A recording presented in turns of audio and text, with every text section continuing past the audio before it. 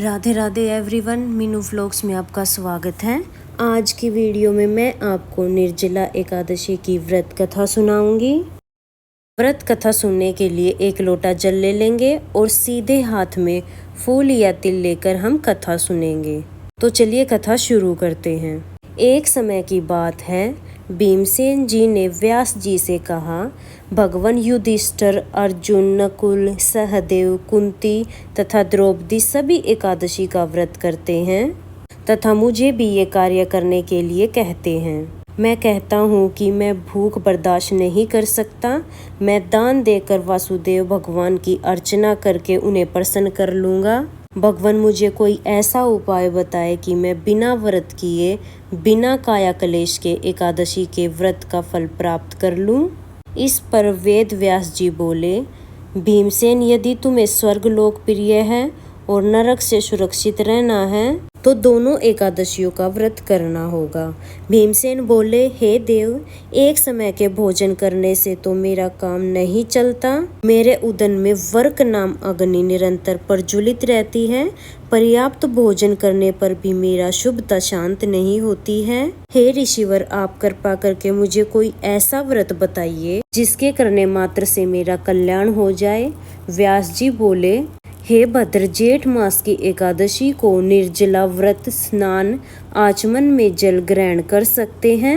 अन्न आहार बिल्कुल भी ग्रहण नहीं करना। अन्न ग्रहण करने से व्रत खंडित हो जाता है।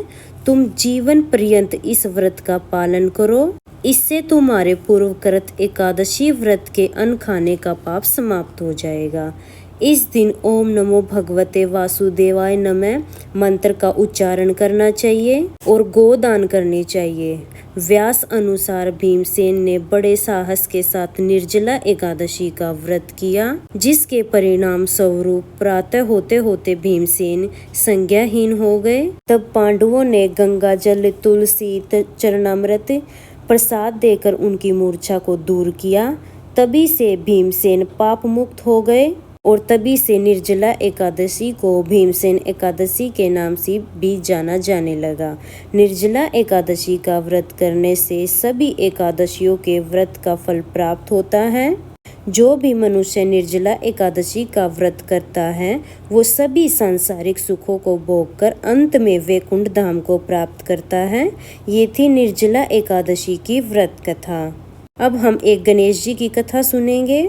एक गांव में एक अंधी बुढ़िया रहती थी। बुढ़िया को कुछ भी दिखाई नहीं देता था, लेकिन वह रोजाना गणेश जी की पूजा करती थी, गणेश जी की कथा करती, गणेश जी का पूजन करती। उसकी पूजा से खुश होकर एक दिन गणेश जी उसके पास आए और बोले, बूढ़ी भाई, मांग ले जो मांगना है। बूढ़ी माई बोली कि मुझे तो मांगना ही नहीं आता। तब गणेश जी बोले, कोई बात नहीं, अपने बेटे, बहू, अगड़ पड़ोसी, रिश्तेदार सबसे पूछ के सोच विचार करके तब मांग लेना, मैं कल फिर आऊँगा। बुढ़िया बोली, ठीक है। अपने बेटे के पास गई और सारी बात बताई कि बेटा बता, मैं क्या मांगूं। उसका बेटा बोला कि माँ, खूब सारा धन मांग ले, तेरी सातों पीढ़ी बैठी बैठी खाएंगी। बोली, ठीक है बेटा। फिर बहू के पास गई। बहू बोली, माँ जी क्या करोगी धन दौलत का? असली धन तो पोता पोती होते हैं, अपने लिए एक सुंदर सा पोता मांग ले। बोली बहू, तेरी बात भी ठीक है। फिर अपनी पड़ोसन के पास गई। पड़ोसन बोली, क्यों माने बहू बेटों की, अपने लिए आंख मांग ले, तेरा बुढ़ापा सुधर जाएगा। बोली, बहन तू भी ठीक कह रही है। ये कहकर बुढ़िया घर आ गई। पूरी रात सोच विचार करती रही कि क्या मांगू। हुई सुबह, गणेश जी महाराज दोबारा आए। बोले, बूढ़ी माई, मांग, क्या मांगोगी?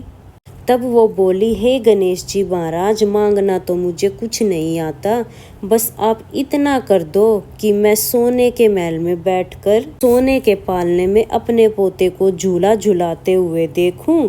उसकी ये बात सुनकर गणेश जी महाराज तो ठाके लगाकर हंसने लगे। ये बूढ़ी माई, मैं तो तुझे बहुत ही भोली भाली समझता था, तू तो बहुत चतुर निकली।